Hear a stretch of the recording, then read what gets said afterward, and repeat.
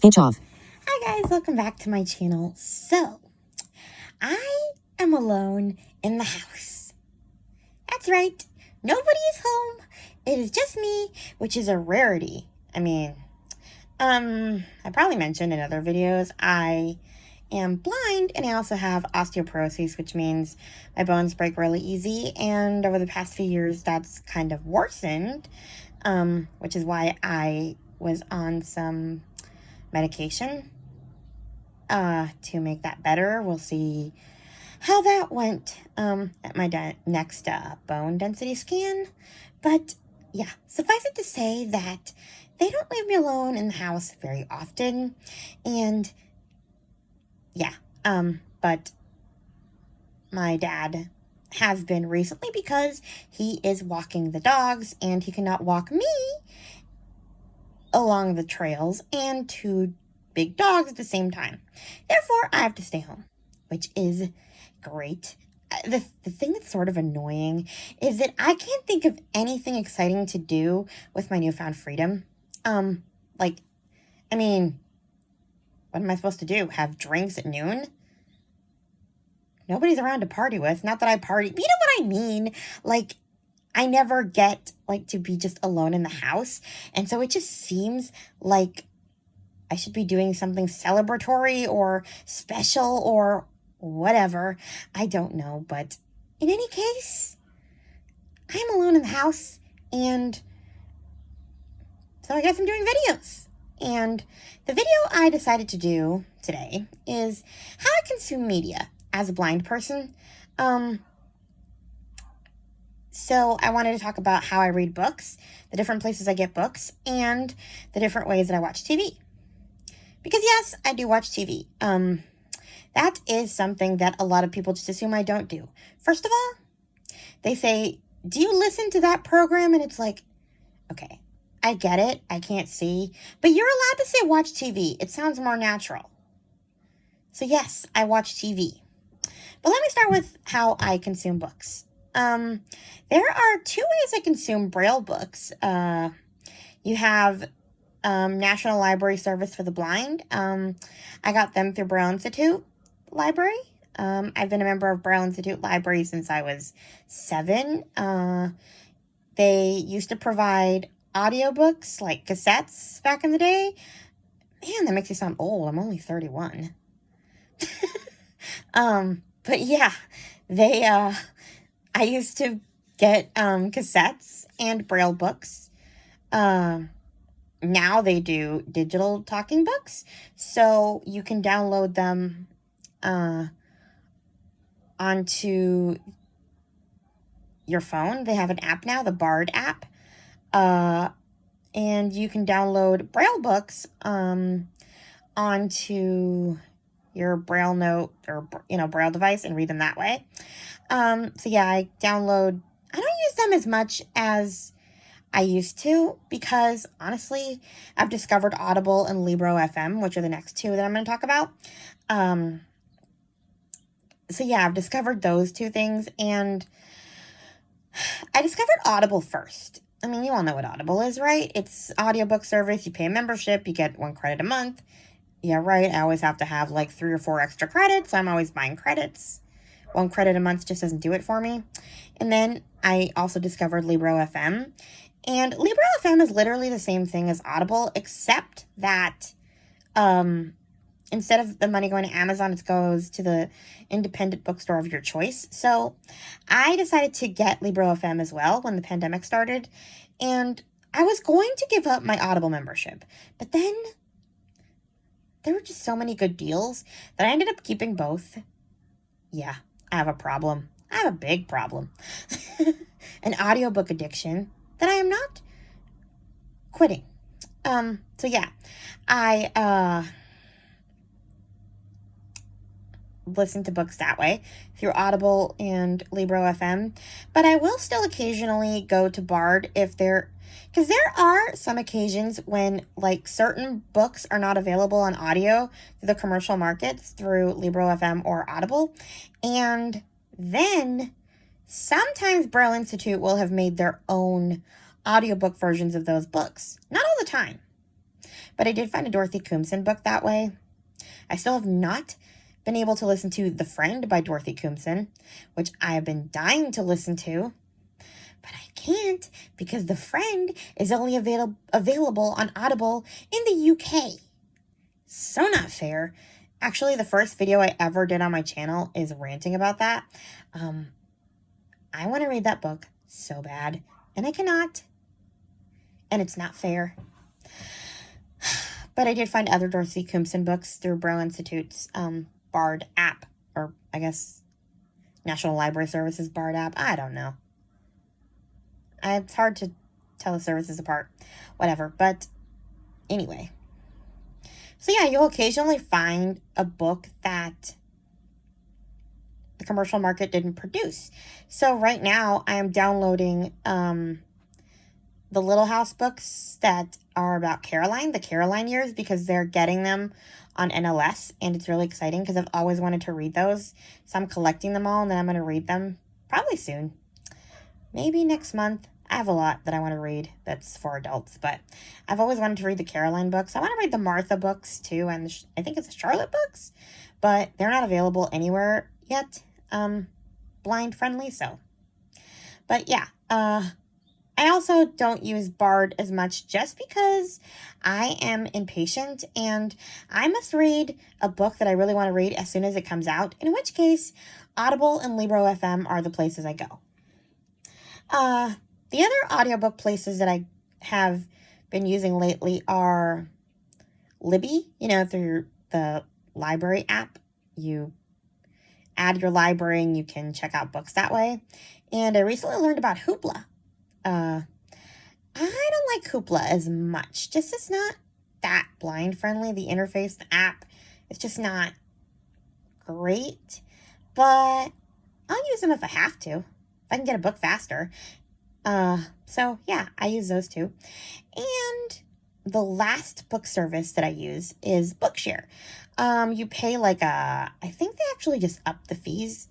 It's like, if you're not a student, which I'm not right now, I plan to be soon, but you pay $50 a year. I think, like I said, they just upped the price. I can't remember how much it is now. And you pretty much get to download unlimited Braille books through Bookshare. So they've gotten really good about adding the latest releases. Like the most popular releases, I guess they scan them and convert them to Braille ahead of time before publication date. So they're available in Braille as soon as books are published, which is really good considering, how long we would wait back in the day before digital Braille was a thing.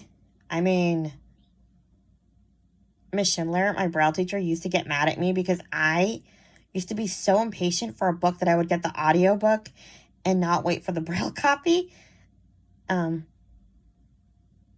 And usually those were the Lemony Snicket books and the Harry Potter books. I was at the store on release day for those. Always. So, yeah. But thankfully, people don't have to wait as much.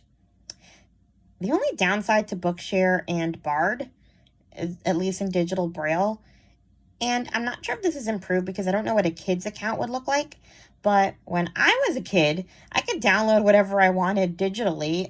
What was available. There wasn't as much available as there is now, but I could download it straight onto my Braille note and there would be no restriction. So I was reading Flowers in the Attic at 12 or 13 years old. Very inappropriate. But, if you have free access to download whatever you want without anybody knowing about it, yeah, it's pretty hard to restrict your kids' books.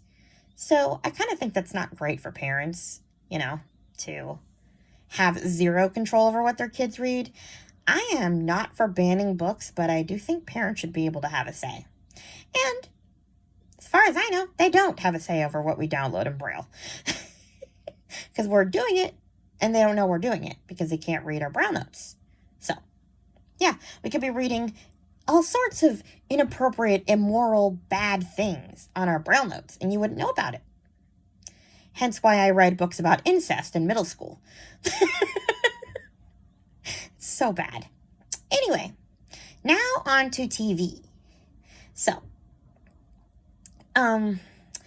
there is a service. It used to be called Video Description when I was little. It's basically like where a voice kind of describes the visuals that are happening on the TV show or the movie you're watching. So a plane flies over the sky. It hits a meteor. I don't know. I'm not a describer. I'm just, making descriptions up. But Braille Institute used to let us borrow audio described VHS tapes when VHS tapes were a thing, and I used to borrow them. The interesting thing was that I despised them when I was little because, okay, half of the fun of watching a good Disney movie is singing the songs. And I'm in the middle of Somewhere Over the Rainbow, and there's audio describer lady going, Dorothy stares up at the sky, interrupting my song. So yeah, I used to be enraged by the audio description because it, interrupted my karaoke. It was annoying. So, yeah, I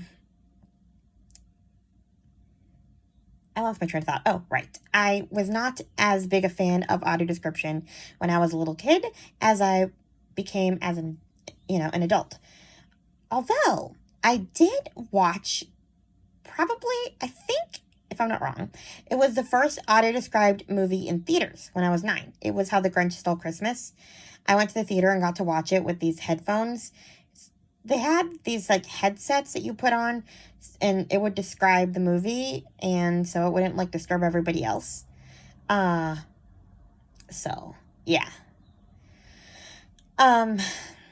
And I actually got interviewed for this special called The Eyes of Christmas. And yeah, I actually recently found the clip and on the VHS tape that Mom recorded it on. We were looking for it for another thing. And so I have it on my phone, so I could probably post it so you guys can see what I looked like as a 9-year-old and what I sounded like. Although the clip that we found was from the rerun that aired 2 years after the interview happened, and they cut out a lot of stuff, including my passionate rant about how the Grinch didn't have to support or celebrate Christmas if he didn't want to.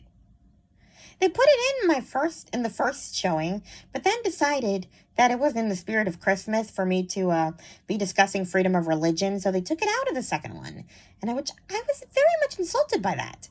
I was very proud of that speech that I came up with for the TV cameras. Whatever. They only kept the sweet stuff about what I want to see, and yeah, because, they had to ask about my blindness. Whatever. Anyway, I was on TV for that. For watching the first audio-described movie.